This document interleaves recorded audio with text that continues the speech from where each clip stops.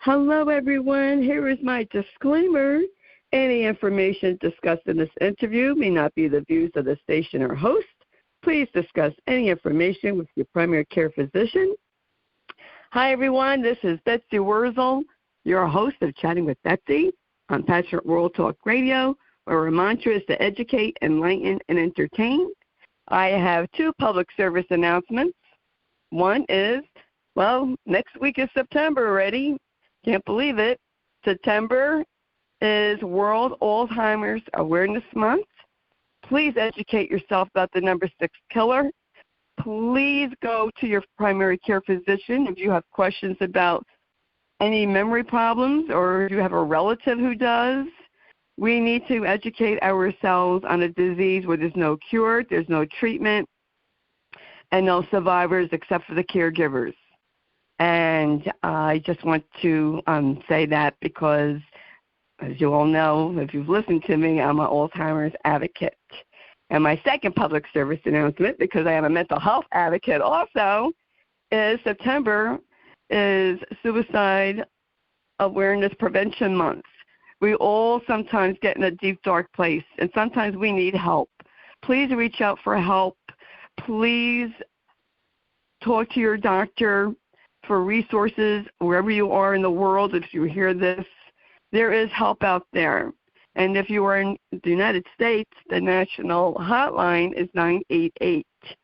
Let's stop the stigma, let's stop the judgment, and let's start helping others and say to people, what can I do to help you? And that's my public service announcement. And I want to introduce you to a guest. Yes, folks, I get excited about my show. I get excited about every guest I have on. My guest today is fabulous. My guest is Alicia McBride. She is an international best-selling author. She sent me 2 books. She's so sweet. I read I Feel Too Much, a how-to guide for the beginner empath, the Empath Effect, powerful stories of love, courage, and transformation. Alicia is a Reiki master. She is a certified yoga instructor. She is a healer. She is fantastic. She is soothing to talk to. She has a Facebook page, which we were going to talk about. She also has a YouTube channel. She has her own show, Healing Light Empath. Highly suggest that you watch it. Very soothing, very informative. Have you ever wondered if you are an empath? Because I know I did. I found out, I think, 5 or 6 years ago. And reading Alicia's books made me more, I want to say, educated on being an empath. And I want to welcome Alicia McBride to Chatting with Betsy. Hi. Welcome, Alicia. Thank you so much. Thank you so much for having me here. I'm really excited to talk to you. Oh, you're welcome. I don't know where I got Felicia from. Alicia, I know who you are. Alicia McBride. Yeah, folks, I'm not perfect. I goof. Alicia, your books are, it was just phenomenal. Thank you for sending it to me. And I always ask the authors, I'll start with I Feel Too Much, a how-to guide for the beginner empath. Folks, I wish I read this book like 6 years ago. And because I'm reading it and I'm like, I'm not crazy. I'm not weird. This is my normal. This is, yes. And I'm here yelling in New Jersey reading this book. I'm like, yes. So I want to thank you for writing these books. And how did you come up with, or what motivated you to write your 2 books? Oh, my gosh. Well, I Feel Too Much came out of me. I went through a spiritual awakening a number of years ago, and it was rough and intense. I realized that I was in an emotionally abusive marriage, and it hit the fan. Like, everything hit the fan. It was nuts, and I had to work through that. And I felt very much alone. I did not have a community. I was reaching out to person after person, and then I found healer after healer, and I took bits of knowledge from this person and bits of knowledge from this person, and I read everything that I could possibly read, and it was lonely, and it was not pleasant. It was not pleasant at all. And it was very intense. And so when I started to come out on the other side of all of that, this book, I Feel Too Much, came out of me. I didn't intend to be an author, really. It just sort of happened. The words started coming out, and I started writing stuff down, and I would get an idea, and I would whip out my phone, and I would write things down, and it just happened. It just came out of me, and it was, I don't think the information was directly from me. I think it's based, it has my viewpoint, and it's based on my experience for sure, but I think that information came from, spirit somewhere else. It came right through me and out into this book. And my intention is that no one, to catch people in the very beginning, and that you don't have to go through this alone.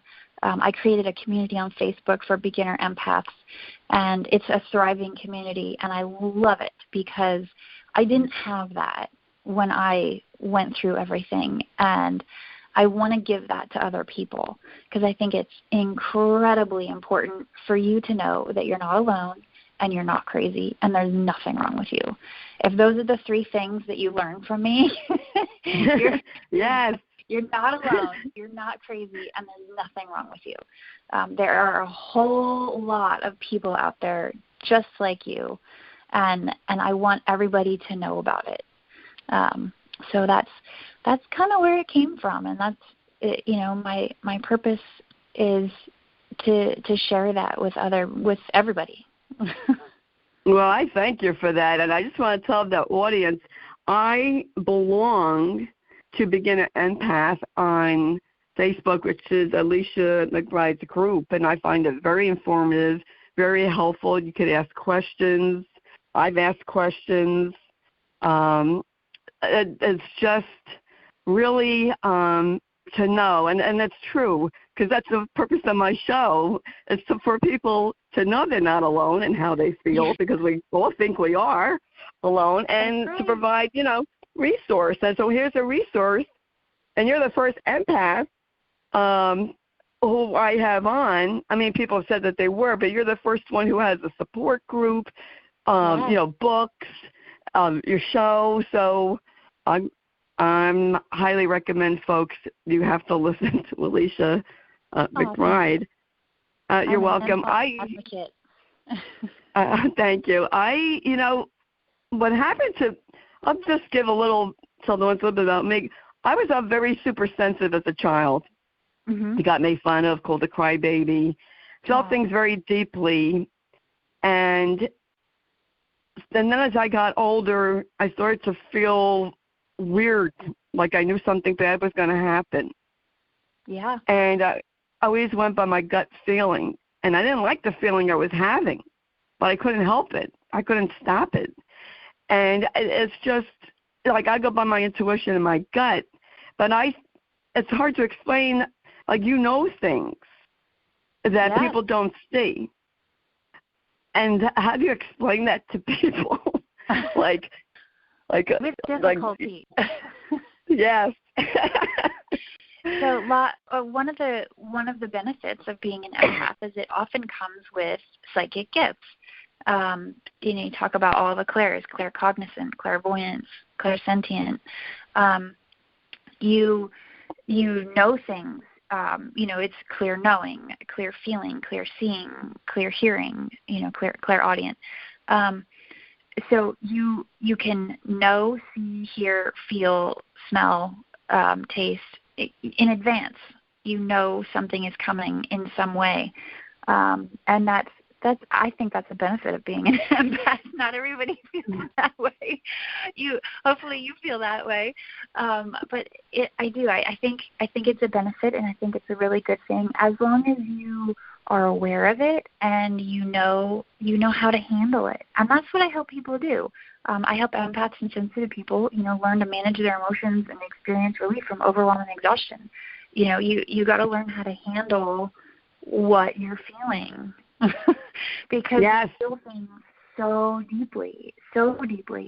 And then sometimes things in advance and you can't, it's really, you have to be in a specific community to talk open and freely about these things, because some people that you talk to are going to think that you're nuts. Yeah. And that's okay. Yeah, and that's okay that they think that, because it's where they're coming from. They're judging based on their own life experiences and their own opinions and their own, what they were taught. It's not their fault. You just don't talk to them about that.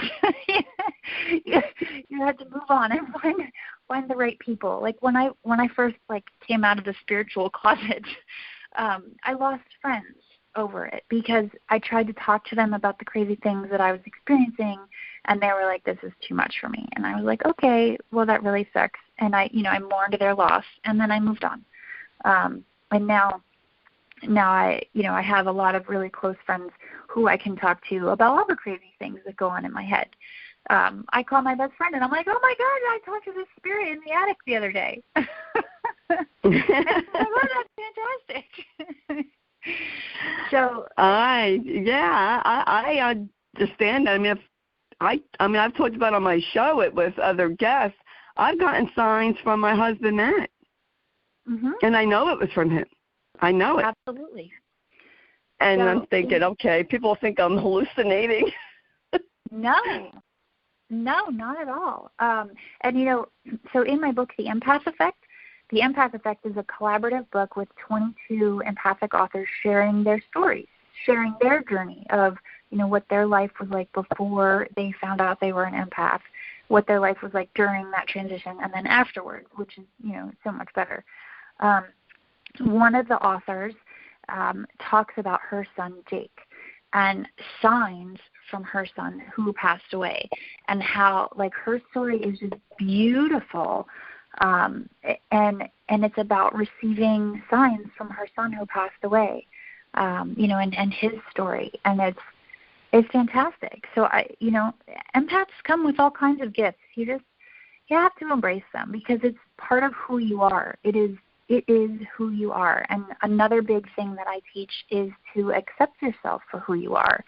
And part of accepting yourself for who you are is accepting everything about you, including the stuff that you don't like. Yes, yeah, that's true. I'm going to say, maybe 5 years ago, and I had looked at someone's picture. I belong to many support groups, and I looked at someone's picture, their mom, and I never met this person. She's over in England, so I never met her mom. Her mom's already gone. And I knew by looking at this woman's eyes and her face exactly what kind of person she was. Mm-hmm. And I'm like, wow, where did that come from? So I said to this person, I said, your mom was, lively and energetic, and I was self-describing and her mom, and I said, you might think this is crazy. I said, but I felt a connection to your mom. I know your mom's gone, but I felt a connection. And she thought it was great. She said, yes, that's exactly how my mother was. Oh, I love it. What a positive experience. So is that something that empaths can do, is feel a connection to someone that's deceased? Absolutely. And you don't have to be an empath to be a medium. So when you are connected to the deceased, you're connected to spirit, to the other side, you're considered a medium. Or you can channel. They're all kind of intertwined. But you don't actually have to be an empath to be a medium, but it is really easy for empaths to show those gifts, like connecting to spirits, connecting to the deceased, because we feel so much. You feel so deeply, and you are so open. Your energy and your being is so open that you easily connect to the other side. So it's certainly an easy thing for an empath to do, or can do. Because that's one of the things I'm thinking, okay, where did that come from? One of the things I noticed in your book, The Empath Effect, is that the connection that a lot of the authors felt the same way I did, not fitting in somewhere, being sensitive. And I found that through the book. Do you feel that way? Like there's a lot of empaths that just, like, we don't feel comfortable, like we don't fit in. Exactly. That's another reason I created the Beginner Empath group, because you don't feel like you belong anywhere. I just recently opened the Pennsylvania chapter of the Holistic Chamber of Commerce because I didn't feel like as a business I fit in anywhere else, like even in business. Like I've been to the regular Chamber of Commerce meetings. I've been to regular networking meetings, and I just didn't feel like I fit in. I didn't feel like I belonged there. So leave it to me to just go ahead and open a Pennsylvania chapter of the Holistic Chamber of Commerce. Well, good for you. Because why not? So I just, because I want to create more community. Probably because I am insane, but it's fine. That's great. Congratulations. Thank you. And I think that's so important that we, that you feel like you fit in somewhere. And I want to give you a place to fit in. Yes, yeah. That's, that's the reason for, like even caregiver support groups, for people to understand. No one understands what it's like unless they've experienced it themselves. Yes. Really. And I just, if I tell people that, how I felt, I do feel fear, judgment of others. My cousin, she is an empath, and she understands what I'm talking about, because my brother, he passed away January 2021. And oh, thank you. And I felt in June of 2020, I had a feeling something bad was going to happen to my brother. I didn't know what. No. I just knew something. I had a foreboding feeling, like a dark cloud. And I remember saying to her, I said, I have a really bad feeling about Bradley. It's not going to be good. I don't know what's going on, but I don't like how I feel. Yeah. And he died. He had a spinal tap done, and a week after he went in the hospital, and he didn't have COVID. He didn't have that. He was tested. He had a mitral valve problem, and we were devastated. I mean, I was so sorry. I was like, oh, thank you. I was like, wow, I knew it was going to be bad, but I didn't know it was going to be that bad. Just a bad feeling. And I told my mom, actually in June of 2020, I said, can you tell, I highly recommend Bradley go to a lawyer to get power of attorney and all this stuff done. And I'm glad he went. Did he listen? Did he do that? He did.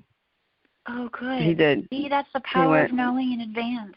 Like you knew something in advance that's terrible, but you helped make it a little better. Did you spend every possible moment you could with him? Did you cherish that whole time? Unfortunately, he lived far away. Okay. From me, and we weren't allowed to visit when he was in the hospital, so I said goodbye, over the phone. Okay. But it was just so bizarre. And then when my brother died, Alicia, this is really weird. I know you understand this. When my brother died, I knew it. I felt an extremely cold draft by my feet, and my hands felt like someone with ice touched them. Oh my they gosh. were freezing. And I said, "That's you, Bradley. You're telling me goodbye." Oh. And I never had that. I never had that before. Like, I didn't feel that before. But I felt that with Bradley, and I'm thinking, if I tell my relatives, they don't listen to my show, they'd be mortified. If I told anyone in my family that, they would think I was bonkers. They already think I am weird. And that's okay. And that is okay. But have you heard of that? Like someone experiencing that? Absolutely. You can be visited. Sure. I talk to spirits. They're fun. I had a spirit in my attic. He was fun. But yeah, you can be absolutely connected to somebody, and they can visit you, and you may not even know. Like if you hadn't have been so open, you wouldn't have known that it was him visiting you. You know what I mean? Like you still would have had that experience, but you wouldn't have understood it. But because you're so open and you're aware, you knew, right? You knew. Yeah, that was weird. Yeah, that's love. It's love. It's loving. Yeah, that was bizarre. I have so many questions about being an empath. I hope you don't mind. You go right ahead. With dreams, because I've had dreams that actually have come true. Do empaths have dreams? Like they dream something and then it happens in the future, or they dream about someone who died and then something happens, like you get a message from them. Sure. Absolutely. Oh, you're making me feel so good, Alicia. Yeah. I'm like, what is your question? Yes. Yes, that does happen. It happens both ways. Actually, when I was little, I had lots of dreams, and they started coming true. And I started writing things. I started, a dream journal, because it was happening, and I didn't understand it. And I thought I was crazy, and I didn't want to talk to anybody about it because I knew everybody would think I was crazy. So again, that feeling of alone and that feeling of like I didn't belong, has been scattered throughout my life too. So I just started writing things down, and I started noticing when they came true, and I would have these intense feelings of deja vu. I still get that. Like my psychic senses have developed since then, and certainly, during and after the spiritual awakening, where everything kind of opened, was like blown open. So, in the beginning, it just started with dreams. And that's how I knew I was a little different, and that's how I knew things would happen, were dreams. So absolutely, yes. Yeah, things come to you. Wow. You can tell the future. People visit you in dreams, like spirits can visit you in dreams. Yes. Messages, they can tell you things. When you're sleeping, you're not guarded like you are when you're awake. So it's really easy for people, spirits, to connect with you while you're sleeping. And for, whatever you believe, God, spirit, a higher power, the universe, whatever you want to call it, connects with you while you're sleeping because you're more open. Your defenses aren't up. You're sleeping, and dreams are an easy way to communicate with you. If that makes sense. That is, it does make sense, because I've had dreams. I had a dream like about being at my husband's workplace, and later on I was at his workplace to attend a meeting, and it looked exactly like my dream. I freaked out. I said, oh my goodness, this looks just like my dream. Yeah, that's great. And it was weird. And then, like 2 weeks after my brother died, I had a dream Bradley was dressed as a mailman and handed me a letter. Oh. And then 2 weeks later, Josh got a gift in the mail that Bradley wanted Josh to have. Oh. And so he was sending me a message. Oh, that's wonderful. See? You know, it's like, there's nothing wow. But of course, I can't tell my relatives that, my mom that, because she would think I'm really off the wall. But I did. And it was very distinct. I mean, it's very clear that he rang my doorbell and he was the mailman and handed me a letter. But see, so you can tell me. Yeah, I know you understand. And I said, yeah. I was like, he's sending me a message or something. I'll just wait and see what it is. Yes, he's literally giving you a message. Yeah, yes. You're so right about having a community to talk things with. I noticed with children, and I don't know why. I'm wondering if they see something about me. And not that I'm being egotistical here, folks, but I've worked with children, but when I pass by children, they'll smile at me. They stop what they're doing. They look up at me, and they smile. So I smile. I wave to them, and I'm like, what is this? Is there something wrong with the way I look? That these kids will just, stare at me. But I think they pick up on things. Yeah, they can see your light. Kids are more open because it hasn't been, society hasn't beaten it out of them yet. Right. Especially younger kids, they're just open and, they see pretty things and they can see your light. They can see you. That's incredible. Someone told me their daughter, their granddaughter, saw their grandfather who had died, and she said, "I see Poppy. I'm waving to Poppy." Yeah. And I said, I really do believe that children probably do, because they are opened. Mhm. And that should be cherished, not beaten out of them. That should be cherished and encouraged. Yes. Not repressed and stuffed down and hidden and put away. That should be open and accepted. That's why I'm here.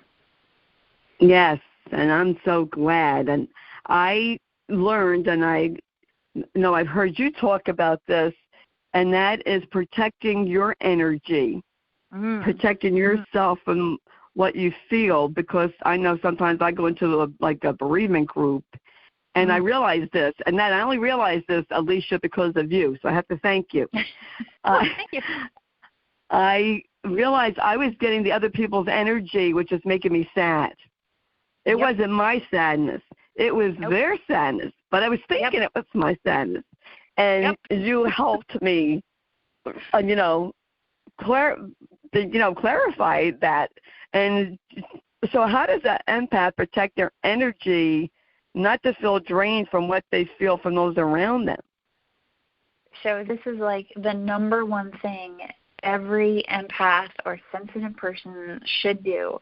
You have to ground and protect your energy every day. There's a number of different ways to do it. I actually have a master class on my website showing you all kinds of different ways. But my favorite way is through visualization and meditation. So actually on my YouTube channel, I have a visualization to walk you through it. I bet I sent you that, didn't I? Yeah, you probably did. And I'll have to rewatch it again and again. Because so the free one is on YouTube, and it's the visualization to walk you through grounding and protecting your energy. And then there's the master class online that gives you a ton of information. So my favorite way is the visualization, and what you have to do is connect your energy to the earth. So you ground yourself, connect your energy to the earth, pull the earth's energy up into you and around you, and you imagine a shield or a barrier, or a bubble, however you want to see it. My youngest is for sure an empath. He is super sensitive, and he's 5, and I am teaching him how to shield himself. So for him, I tell him, like, imagine a warrior's shield, Yeah. all around you, protecting you. So you have to do what feels right for you. Some people like the bubble. I imagine kind of a light energy. So you have to pick something that works for you to visualize, and then you see it happening all around you. You're pulling energy up from the earth, you're grounding yourself, you're imagining the shield or the protection, and you're connecting that way. So you have to do that every day. I give people homework. Mm-hmm. I would give you homework. So part of your homework is to do that every day, and to pair that, to make it easier for you, you pair it with something that you already do every day. Like every day you brush your teeth. So every day while you're brushing your teeth, you ground and protect your energy. Or every day before you get out of bed, like make it part of your morning routine. So before you get out of bed, you ground and protect your energy. And then on top of that, like if you're in the beginning stages, you have to do that a lot, like an obscene amount of times. Before you go into the bereavement group, you ground and protect your energy. So not only did you do it that morning, but you did it again before you went into the bereavement group. If you're going to be around somebody that's toxic, please ground and protect your energy before you're around somebody that's toxic. And afterwards, too, you got to wash it off.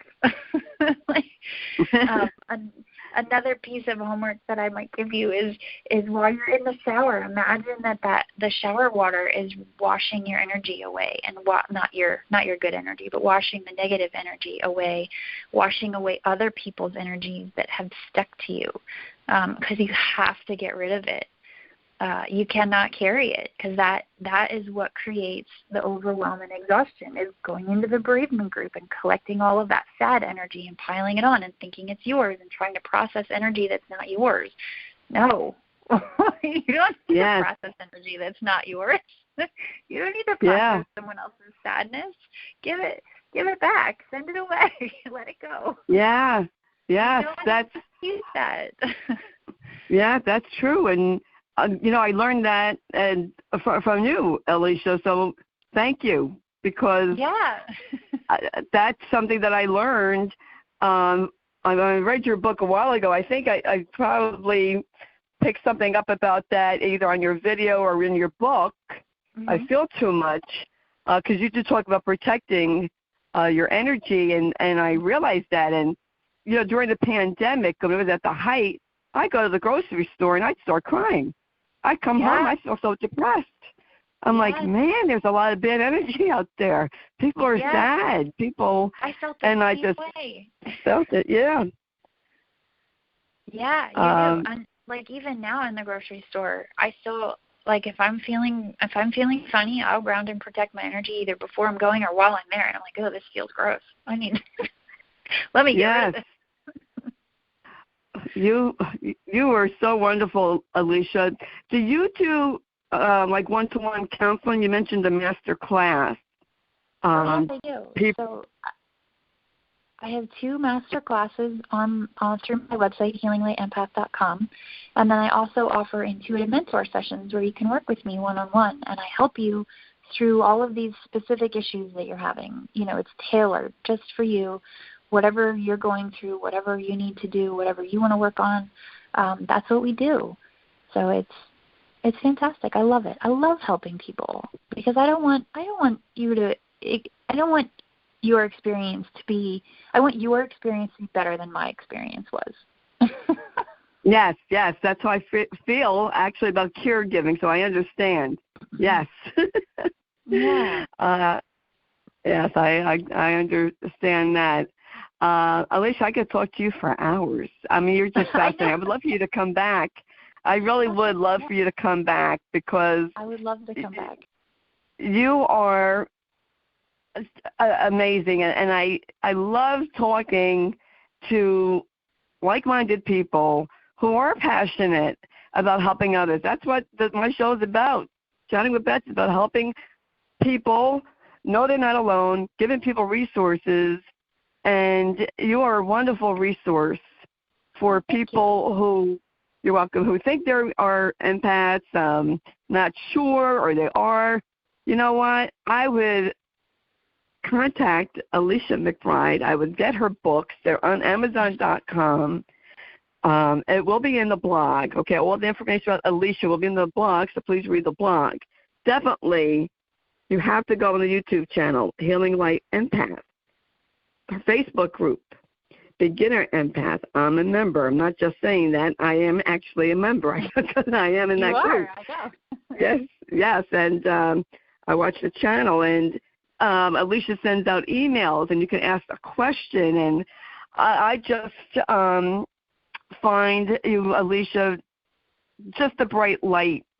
And I want to thank you for coming on Johnny with Betsy and writing your books and doing all the work that you're doing so people don't feel alone. And I just, I love people like you who do that. I just, people might think, oh, Betsy, you say that about everyone. I can't help it. I just connect with people, and I love Alicia's energy, and I could feel it. She could feel mine, and it's, fantastic. I wish that there was Alicia McBride, when I was a child, telling me why I don't fit in, telling me that for you that's normal, and that it's okay to be sensitive, and it's okay. I'm so happy to be here with you today. Thank you so much. And you have fantastic energy. It's why you love everybody, because you are a bright, shining light. You have a brilliant light about you, and it's beautiful, and people see it. Oh, thank you. Thank you so much, Alicia. I appreciate your kind words. That's funny that you said that, because I was a guest on someone's show, and he said he listened to my show, and he said, Betsy, you're a bright light in this world. Right? You are. And I was like, oh, thank you. I just doing my thing. And with what I, meant to do, and you're meant to do what you're doing. And I really want to encourage you, the audience. Thank you for listening. Subscribe to Chatting with Betsy on your favorite podcast channel, where you hear your shows, because I have phenomenal guests such as Alicia McBride. I want Alicia on again. You wouldn't want to miss that. And I, believe in having, people who really care about others. And you do, Alicia. And I highly recommend folks go on the website. What is that again? HealingLightEmpath.com. HealingLightEmpath.com. It will be in the blog. So I want to thank you again, Alicia McBride, for coming on, doing all that you're doing to make people like me feel we are not alone, and that we're okay. We're just have gifts that we're going, realizing that I didn't know that it was a gift. And that this is why, folks, I'm telling you, you have to check Alicia McBride out, because it really, you will, if you even question about being an empath, you need to read her books and be in a group and watch the YouTube channel. And I don't care if I sound like a broken record, because I'm really passionate about it. Very soothing. I just love listening to Alicia. So thank you again, Alicia McBride. Best wishes to you. Love to have you on again next year, which is really right around the corner.